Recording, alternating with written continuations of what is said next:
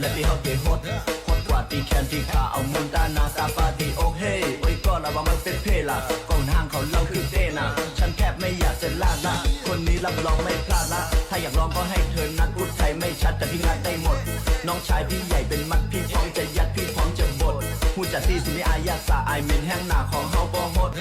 กว่าตีแคนที่ขาเอามุนตานาซาฟาตีโอเคโอ้ยก็ระวังมันเป็นเพล่ะก่อนห้างเขาเล่าคือเต้น่ะฉันแทบไม่อยากจะลาดละคนนี้รับรองไม่พลาดละถ้าอยากลองก็ให้เธอนัดอุทัยไม่ชัดแต่พี่งัดได้หมดน้องชายพี่ใหญ่เป็นมัดพี่พร้อมจะยัดพี่พร้อมจะบดผู้จัดที่สุนิอายาสาไอมินแห้งหน้าของเฮาก็ฮดคนเราเข้ามาจำยังมาจำมาเจโอเฮ้โอ้ยก็ระวังมันเป็นเพล่ะก่อนห้างเขาเล่าคือเต้น่ะฉันแทบไม่อยากจะลาดละคนนี้รับรองไม่พลาดละถ้าอยากลองก็ให้เธอนัดอุทัยไม่ชัดแต่พี่งัดได้หมดน้องชายพี่ใหญ่เป็นมัดพี่พร้อมจะยัดพี่พร้อมจะบดผู้จัดที่สุนิอายาสาไอมินแห้งหน้าของเฮาก็ฮด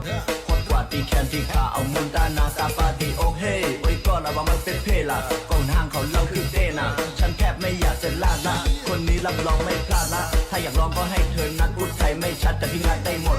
น้องชายพี่ใหญ่เป็นมัดพี่พร้อมจะยัดพี่พร้อมจะบดผู้จัดที่สุนิอายาสาไอมินแห้งหน้าของเฮาก็ฮดคนเราเข้ามาจำยังมาจำมาเจโอ